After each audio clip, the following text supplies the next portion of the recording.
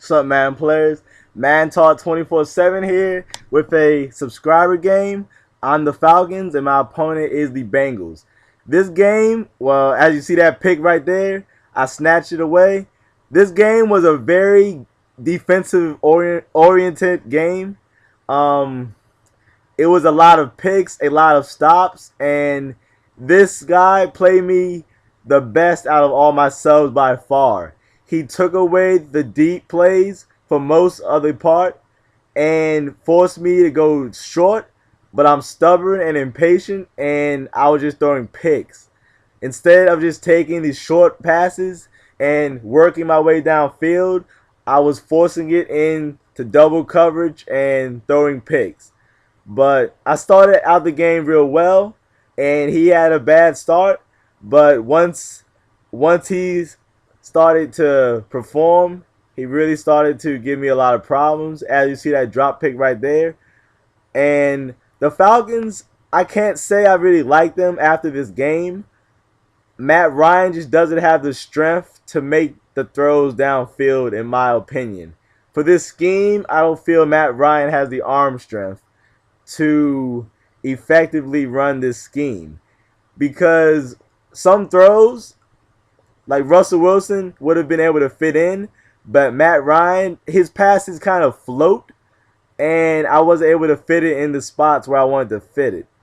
So, but as you see right here, as you see right there, I passed that inside. The pass floated just a little bit, and it got picked off. But I also had a route across the middle on that play, but I forced it, and it got picked off. So that is a good play by him. And Andy Dalton was killing me with these comeback routes, but I was not really concerned with it because Andy Dalton is not that accurate.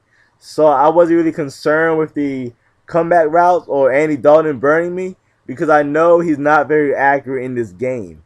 So I was going to allow him to make these. I was going to allow Andy Dalton to beat me by throwing the ball.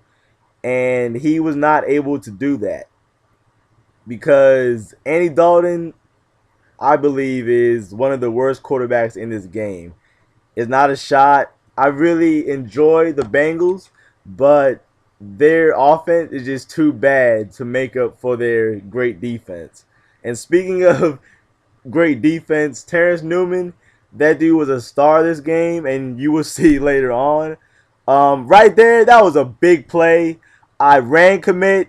He threw it to the right tight end, and by right tight end, I mean wrong tight end, but for the right tight end for me, and I was able to pick it and run it back for about 90 yards.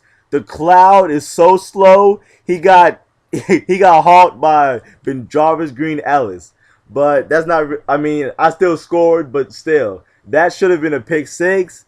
It was a bad play for him, a great play for me, and really a turning point in the game.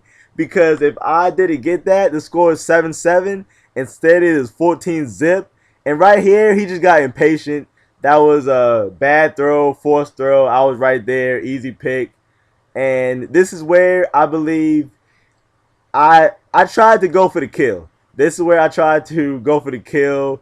Easy pick. He wasn't open. Terrence Newman kind of was about 3 yards behind. So I thought I would be able to fit it in, but I wasn't, and it was a pick. I should have just waited, but I got excited that I just got a pick, and instead I just ended up throwing it right back to him. So that wasn't really a good play on my part. I should have just be patient. That's my main struggle this year, is I'm not very patient, and I always try to go deep. If I actually made the right reads and ran my O as I teach it, I'd be very, very good. But all right. Here's a big fourth down. It's a big 4th and 11. I don't blitz often, but I knew he wouldn't expect it right here. So I put both corners in hook routes just in case he put them on out routes. I knew he wouldn't have enough time, so I put both corners on hook routes. As you see, the corner right there, I get pressure and I'm able to come up and make the tackle. But I really like putting my corners, as you see right there. Another forced pick is double coverage, just dumb. That's Terrence Newman's third pick. I really like putting my corners in hook zones this year because it really stops the smart routed out route, and most of the time your opponent will not recognize he's in a hook zone and will throw you a pick. So if you blitz and you know your opponent will not have time to make a deep throw downfield, I advise putting your corners in hook zones to prevent the curl, the out route, all those things that opponents like to do with their outside wide receiver. Right there, I just got lucky. That was a holding call, but then he snags it on me.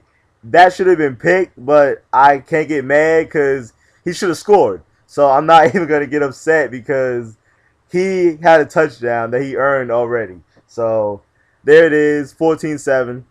And that is the throw I was trying to make last game. Terrence Newman was behind.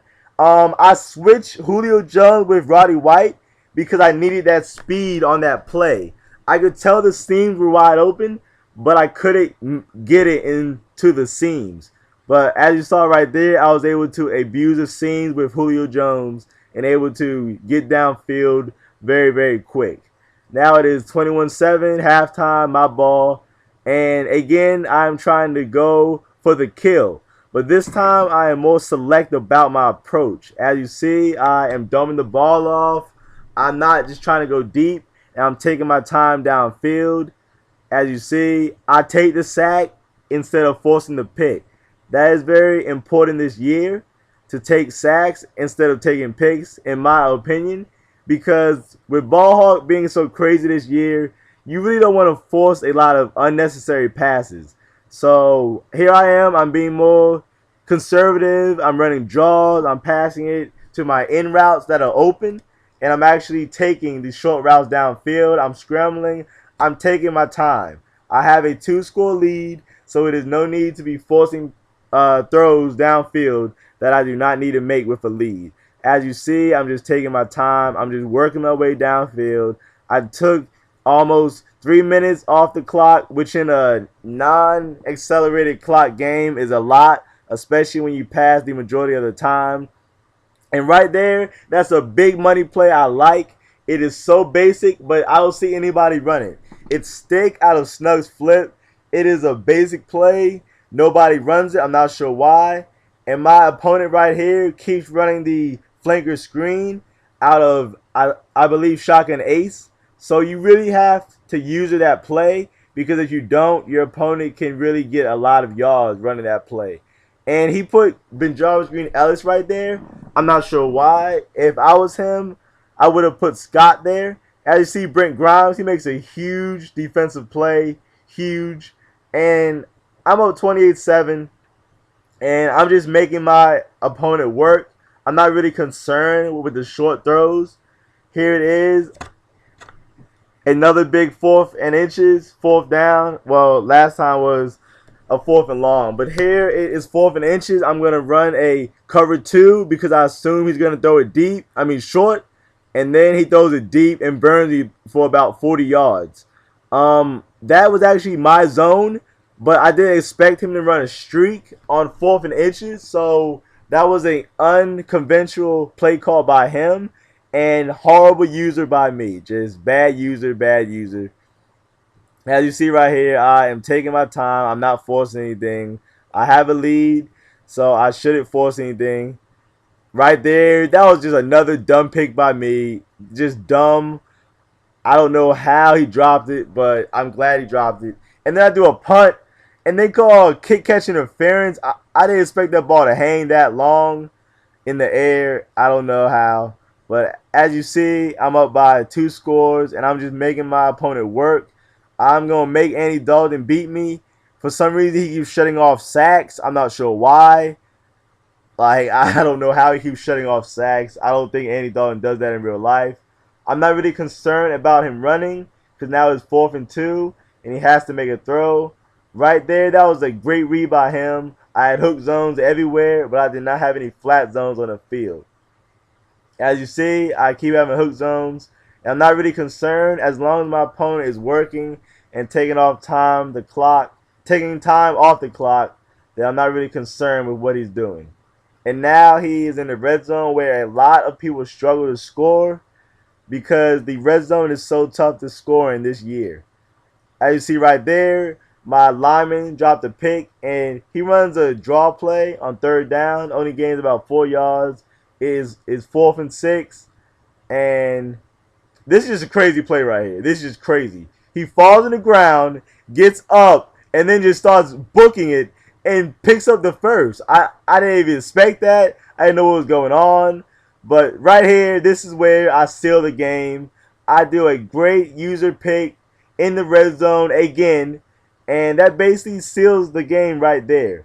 He didn't have to throw that, and I know that he regrets both those red zone picks because they are real momentum killer to be in the red zone and throw a pick, especially that far into the red zone.